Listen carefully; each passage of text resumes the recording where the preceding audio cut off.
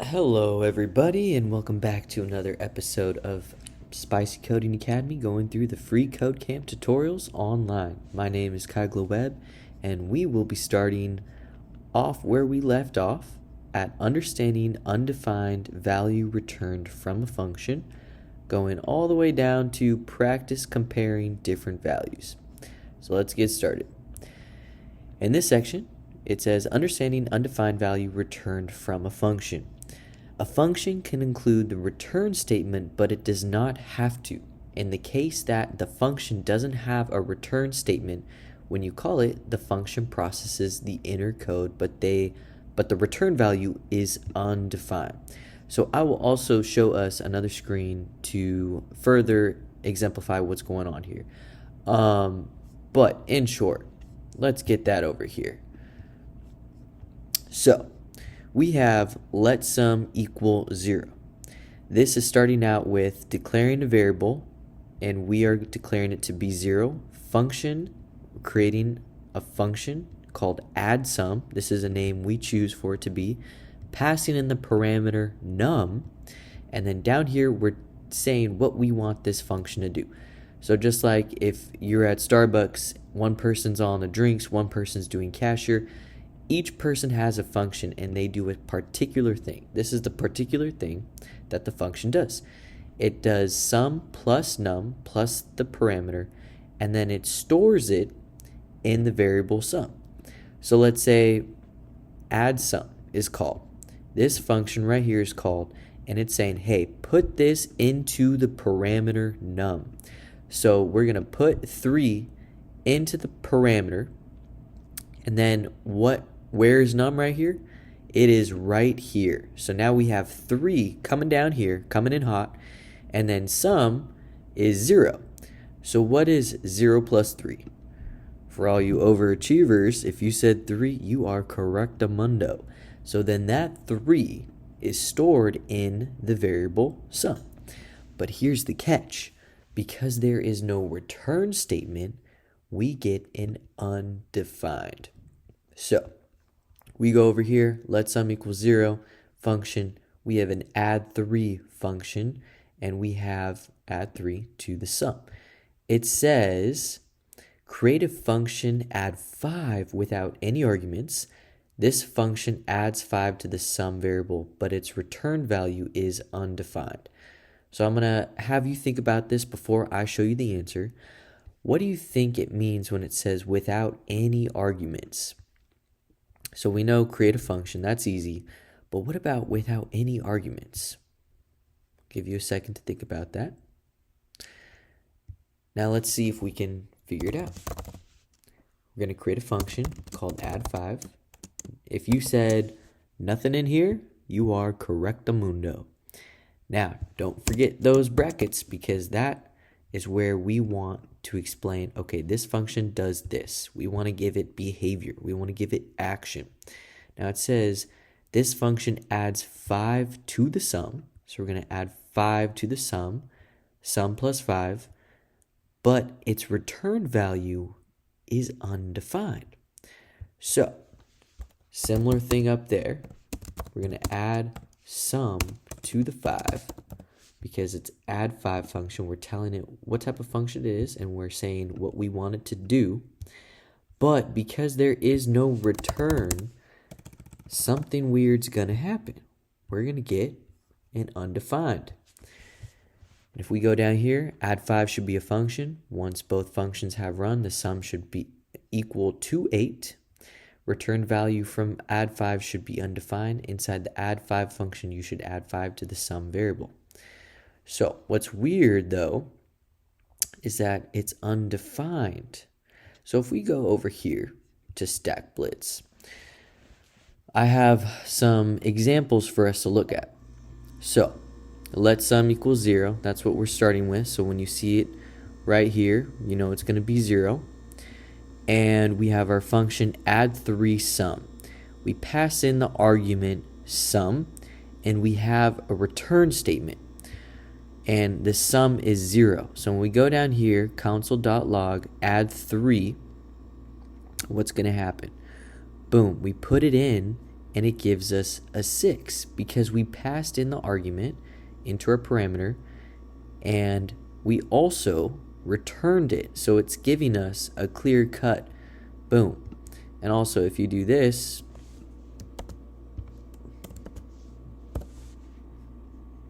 look what happens. It doesn't pop up on the console because console.log allows us to verify our output in the output screen. So even though it works, this is helping us to test what we're doing in the output screen. So we do that again for add 3 and look, there is no parameter. We don't pass any parameter, any arguments in here, but we have a return statement. What ends up happening is when you pass in that 3 plus 3, it doesn't actually return it because we didn't pass in an argument.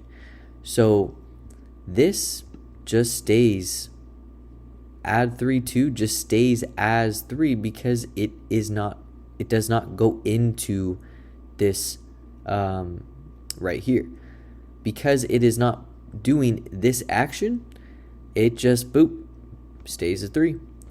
And then because there is no param and no return, undefined. And we can see that again, even if you do have an argument, if you don't have a return statement, it is still undefined. So if this is helpful for you and you would like to write this down, highly recommend. This is a great way to make sure that what you're writing is efficiently happening in a way that is conducive where you can see it. That's why we do console.log, is to see, okay, is it popping out or is it undefined? Because if it's not popping out to the output screen, then what are we even doing? So I highly recommend writing this down, being aware that return statements are extremely important.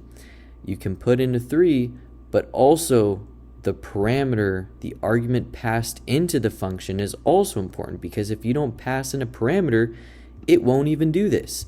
So always make sure you have an argument and a return statement when you are doing something such as arithmetic, multiplication, division, and other actions that require something to be returned. Going back here, let's go to the next one.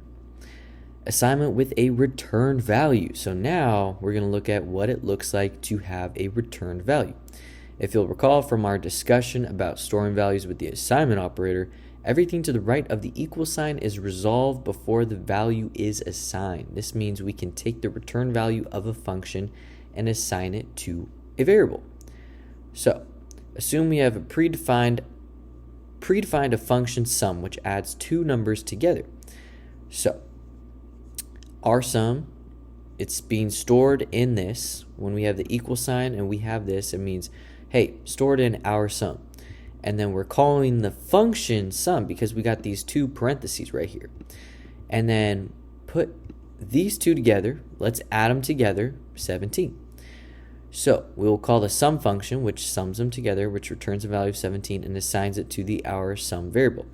So now it's saying call the process arg function with an argument of 7 and assign its return value to the variable processed. So we go over here. It says only change code below this line.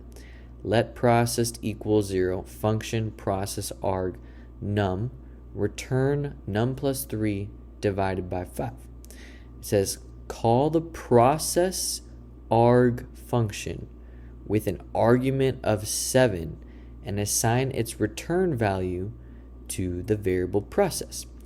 So before I give you the answer, I want you to imagine, okay, let's start left to right. If we're starting at this side, what are we going to focus on? This variable, right? So down here, out of all this mumbo jumbo, this great stuff that we love, this platter of delight, which one is going to be on the left side, the most left? What variable? So I'll give you a little hint. It's not going to be a function. So what is left for there to be on the left side? If you guess the variable process, you are correctamundo. So we are going to have processed on the left side. And then we're going to have that equal sign. Now it says call the process arg function. Now question, how do we know it's a function? If you said parentheses, you are correctamundo. So we are going to call process arg, and what does it want us to do? Put in the argument of 7. So, boom. Then what do we do at the very end? If you guess semicolon, you are correctamundo. Now let's see if it worked. It says process should have a value of 2, because what happens when you pass in this 7 is like, whoop, I'm going to go in here and I'm going to enter this because num is passed in as an argument. And what are we passing in as an argument? 7. And then it's going to enter into this and say, hey, I'm going to do this real quick. So 7 plus 3, and then divided by 5 should be 2. You should assign process arg to processed. Let's see if it worked. Boom, worked. All right, next one. This is a fun one. Don't let it scare you. This is fun. We're having a lot of fun here, okay? Stand in line.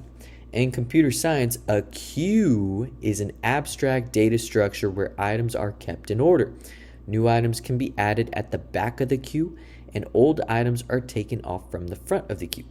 So I want you to imagine, if you can, close your eyes. If you need to desperately look, you can look, but I highly recommend closing your eyes.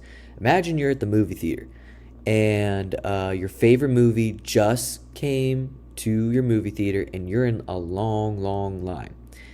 Now, imagine this is the queue, and the ones at the front of the line are the ones that can be taken to their seats first.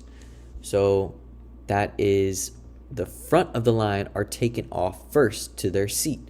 They're taken off to their seat, the front of the line. And those at the back of the line are the ones that are added. Because maybe Aunt Jemima, she came in late, so she's at the very back. It is always added at the back. If Aunt Jemima tries to cut in front of everybody, people are going to be like, what the heck? That is not fair. We've been waiting hours. And Aunt Jemima, you got to go to the back of the line. So it doesn't matter if you are late, you go to the back of the line. It doesn't matter if your name is Carl, John, Pipsy Squeak, whatever it is, we add from the back and we take off from the front. Always imagine that movie theater line. Write a function next in line which takes an array R and a number item as arguments. Add the number to the end of the array, then remove the first element of the array. The next inline function should then return the element that was removed.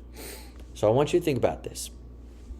This is asking you to remember prior knowledge that we already worked on. And don't look at this. Don't worry about this. This is just testing.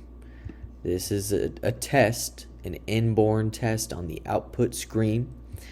And this is the array we're working with, that they are working with for that test. So you can just ignore that whole section. We have our function next in line with R and item. And then it gave us the return item. And let's put this into little bits and work from the top. Imagine when you build a cake, you work from the bottom and you go up top. So we're going to start with little bits.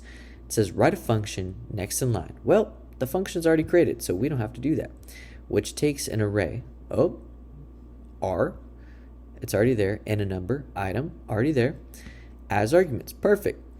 Add the number to the end of the array. Then remove the first element of the array. So if you remember from our prior videos that there is something you can do to add something to the end of the array. Now I'm going to give you a second to guess what that is. Guess what function we do to add to the end of the array.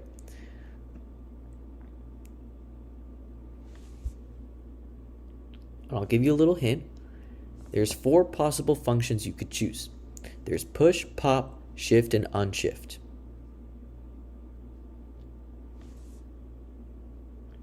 So if you guessed push, You are correcto mundo. So we are going to say, hey, array, we're working with you. And what did we decide? To use the push function because that works with the end of the array. But then if we leave this blank, we're not saying what we want to push. What could it be? We have to work with what the function gives us. Work with what the function gives you. If the function gives you item as a number, heck yeah, because otherwise, what does it know what to put in? You have to program and tell it exactly what you want, or else it will not guesstimate. It is a computer.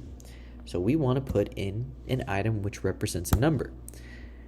So we got that first part done. Add the number to the end of the array. Yep, we called the array. We say, hey, array, we're going to use the dot push function, and we are going to load you up with numbers. Now, let's do the second portion. Then remove the first element of the array. So, you guessed it. Now, we're going here, and we want to remove the first element of the array. And if you remember anything about the shift function, is that we store whatever we remove into a variable. That is the syntax of using, is we want to store it. So we take item as our variable of choice to store it, because look, we're going to be returning it. If we were to call it something else like babushka equals, then it's not even going to return it. It's going to be like, okay, good for you, but we're still returning item. So we want to make sure we use item because, hey, that's what we're working with. We want it to proliferate. We want it to show up and work how it is supposed to work. So now we're going to use this because this shows, hey, we're going to store into item. And then what are we working with? We are working with the array called R. So we're going to put R here, and then we're working with the shift function. Now, let's double check, make sure this goes. Would you look at that? And you can even see the before and after because it's got this awesome display code to show us what happened. So before we had 1, 2, 3, 4, 5, and then we did r.push item. We pushed the item to the back because it pushes at the end of the array. And then we did item equals r.shift, which works with the front of the array. And we removed the 1. And this little 1 is, we stored it into item, remember? And so it's like, okay, I stored it into 1, boom.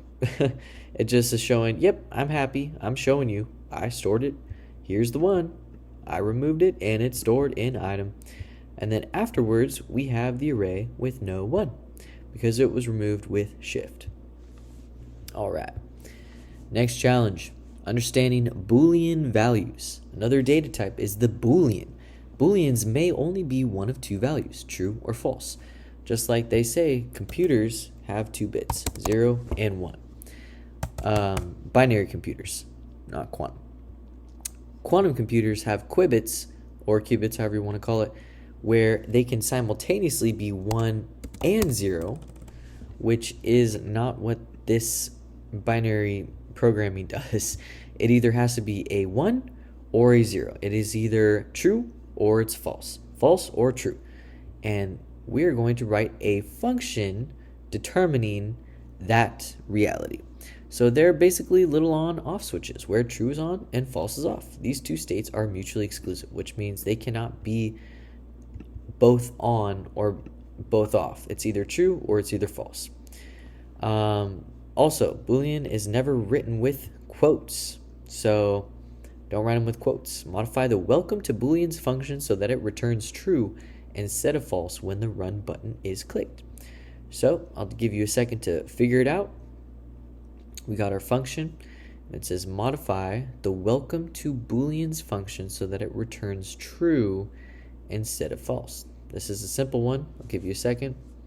Boom. Let's do it. Awesome. Use conditional logic with if statements. So If statements are used to make decisions in code. The keyword if tells JavaScript to execute the code in the curly braces under certain conditions defined in the parentheses. These conditions are known as Boolean conditions, and they may only be true or false. Remember, mutually exclusive. When the condition evaluates to true, the program executes the statement inside the curly braces. When the Boolean condition evaluates to false, the statement inside the curly braces will not execute, and it hops out.